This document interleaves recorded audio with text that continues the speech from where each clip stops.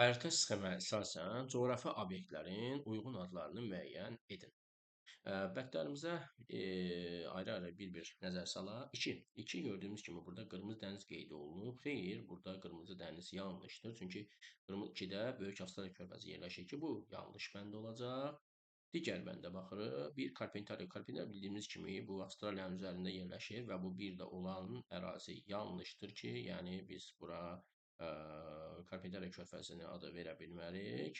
Bir polk, bəli, bildiyimiz kimi Hindistanın cənubundakı Şri-Lanka adası ilə Hindistan arasında polk boğazı, bəli, bu doğru bənddir. Hər iki bənddə biz bununla rastlaşırıq.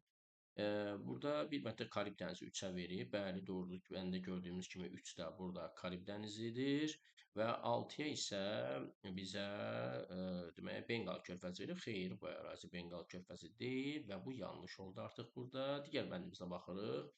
Bəli, 4 Qırmızı dəniz olduğunu görürük biz burdan və 5-ə isə Hudson körfəzi, bəli, gördüyümüz kimi doğru bənd bu bənddir. 1-ə Polk boğazı, 4-ə Qırmızı dəniz, 5 isə Hudson körfəzi bizim doğru bəndimiz oldu.